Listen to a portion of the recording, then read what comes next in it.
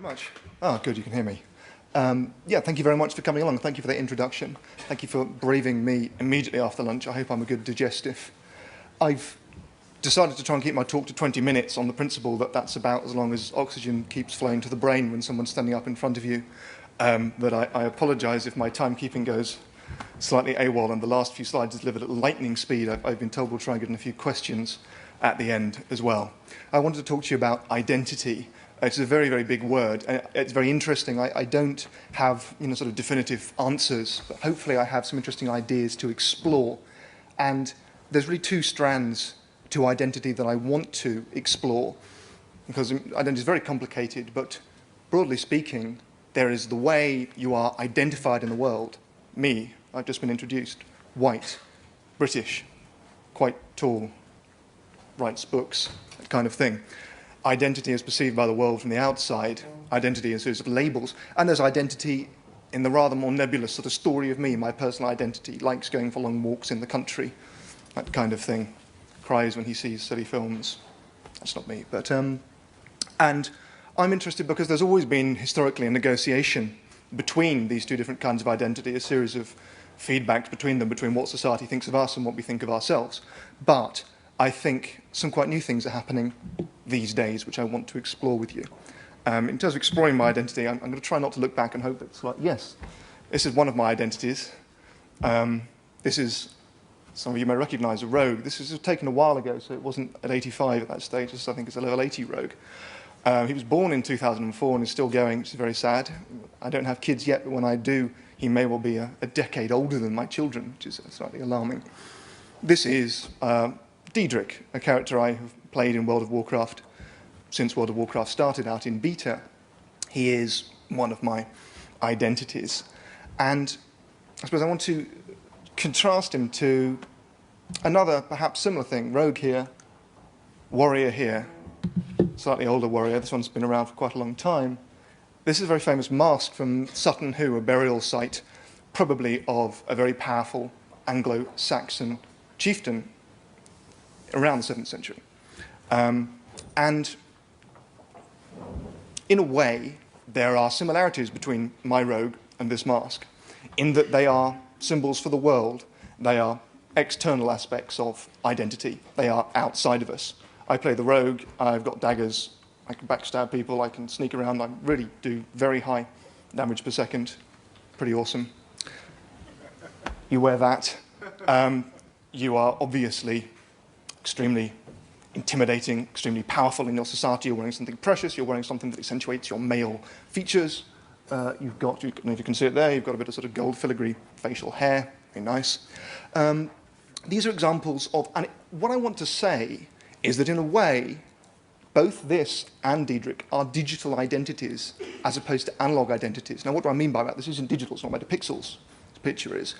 But it is about allegiance to a series of discrete labels, like British, like white, like Christian, like Muslim, warrior, chieftain, labels for the world, digital discrete steps.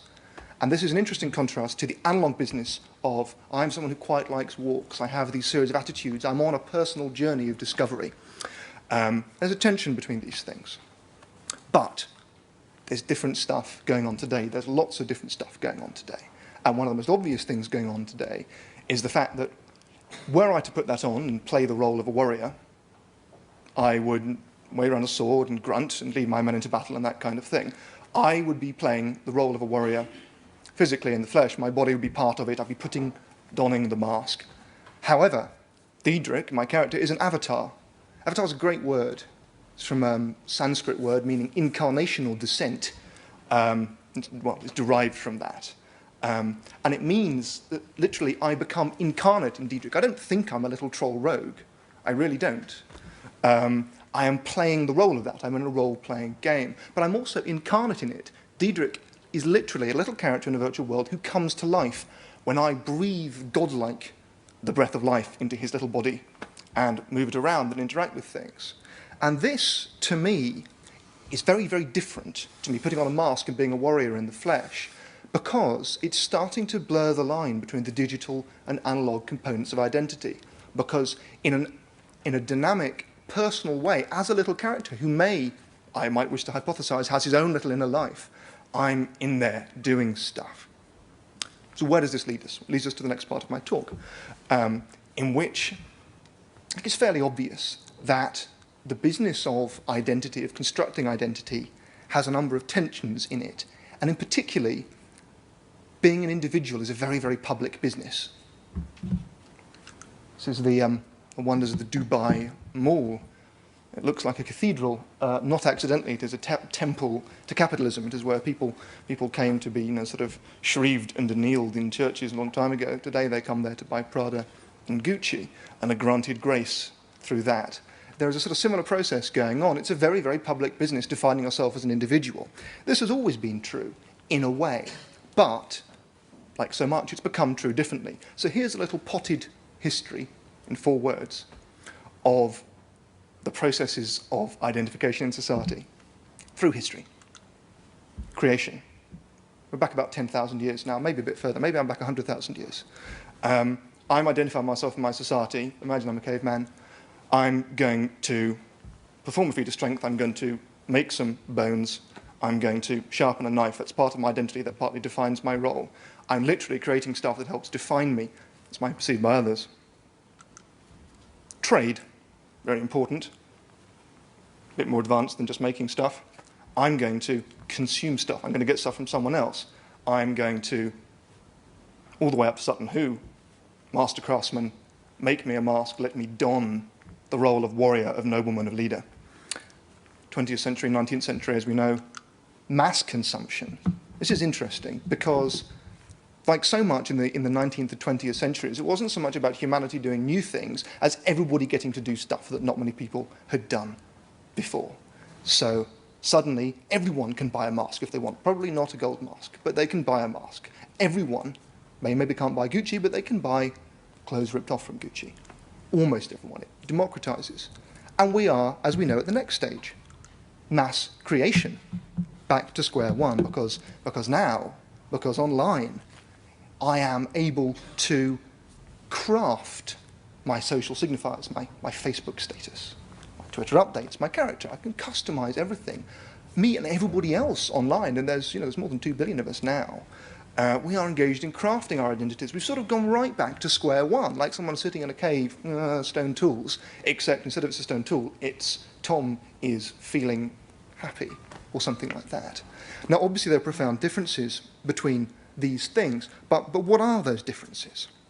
Well, those differences, to me, come back to this tension between, if you like, the analog, internal, wandering narrative of my personal identity and the outside symbols and labels that label me, that pigeonhole me for the sake of other people, but that I also may use to try and identify myself. And I'll show you a picture at this point, stage 3 of the talk, because I have, digitally speaking, this incredible power to customize my self-presentation to other people. I can tweet all the time. I try not to do it too much, but I can. I can update my Facebook stories. You know what you can do. I can belong to thousands of things like that. But if you look at how people are using media, and people now, teenagers in the States with multitasking, are using more than 10 hours of leisure media every day now. Lots. They are not just creating a self for the world. Hello, it's me. I'm this, I'm that. I like this, I like that. The overwhelming amount of time goes into creating what's sometimes called a media bubble, in creating a personalized space within which, if you like, the analog process of my little story of me and the world can take place. We use media to customize our environment in the world, to exert control over our circumstances. You're on a train, and the person in front of you starts talking to you, and then you realize they're not talking to you, they're just shouting into their hands-free. People are in their own little bubbles, the customization of the world. And I think this is about identity in the sense that this is people asserting their inner story. Who am I? I like this music. Where I am. I take me with me. The first thing you touch when you wake up in the morning, the last thing you touch when you go to sleep at night, is one of these. You've got an iPhone. Or it's an HTC device, or it's your phone. It is a very important part of your identity. It's bigger than your clothes. You press it, and lo and behold, the digital world reaches out gently to envelop you in what? In an echo chamber, in a reflecting chamber, in all sorts of stuff. But, rather than go on searching for metaphors, I think there is something interesting at the heart of this, which I have called, modestly, the digital identity paradox, because I think all of this stuff is related. And to sound slightly Zen-like, I think there's a sense in which control is also loss of control. What do I mean by that? Well, what I mean is that when I am customizing my identity of the world, when I am making my statuses, my allegiances, my likes, my dislikes, when I am listening to my customized media environment, within all that is a recognition that what I'm doing is customized, but not uniquely made, far from it. In fact, it is part of the vast ebb and flow of other people doing this stuff. And I can guarantee there's not one single thing I do or say during the day that I couldn't find duplicated somewhere else. I have, if you like, sort of outsourced my wandering analog in a narrative to the stuff I listen to on my iPod, to my Twitter followers, to the personalizations around me. But at the same time, if you like, I've conceded something we've always kind of known, that there's no such thing as originality. There's only various degrees of combination and recombination. And this I call the digital identity paradox, because this is being writ very, very large, albeit implicitly, when perhaps people weren't aware of it. And this is also changing, I think, potentially, the way we feel about our inner narrative, about this sort of wishy-washy analog process. One way to explain it, well, lots of words on the screen, always a bad idea. I had a conversation with a friend of mine, the author Julian Goff, who said lots of profound stuff, so I wrote it down. This is one of the things I wrote down, which I think puts something of what I'm trying to say very nicely. Julian said, the internet makes it explicit that we're a tiny part of a huge pattern, which might be a more useful way to understand humanity than on the individual level. You see how your thoughts are not entirely your own. Now, as I said, personal identity has always been very much a very public business in some ways, but this seems to me to be getting through to the personal as well. One way I think of it, the crisis of originality, reminds me when I first went to university, and you will have had versions of this, and you go there with a head full of ideas. Oh, I'd like to write books. That's nice. I'd like to write articles. And then you walk into a big library, and you think, oh my God, it's already been done. People have written books. Who would have thought it? And I always knew that people had written books. I was not unaware of this book phenomenon. But I don't think I'd ever stood in a room with a million of the things. And that impressed on me something I hadn't realized before, which was that I'd wanted to sort of try and write an original book. And now I just sort of, just wanted to maybe get on the corner of a shelf somewhere. It totally changed my perspective. Now, digital culture, the stream of other people around us, is a bit like taking your precious personal narrative identity and walking into the world's biggest library. Borges times 1,000. It's like walking into a room full of 1 million books, like walking into a room full of 2 billion people. And suddenly you think, well, actually, the project of me, which I thought was a unique project about my special course through the world, is in fact something rather different. It's possibly the project about which particular memes happen to be passing through my brain at any moment in time. And what I'm talking about here is amplification. I think this is very important when it applies to technology in general. Human nature, broadly speaking, doesn't change. Not in the kind of timescales that technology changes. 10,000 years, banging rocks together, same personality, same aptitudes as me, quite possibly. So what changes? The technology, it seems to me, it sometimes acts like a series of amplifying devices attached to human nature. And going back to identity, we've always had the inner story and the outer story, and we've been very, very good at labels, at labeling other people, at imposing labels on people, at using labels, at expressing ourselves through public labels, through clothes, through weapons, through everything like that. And that is being turned up to 11, so to speak. That is happening everywhere all the time.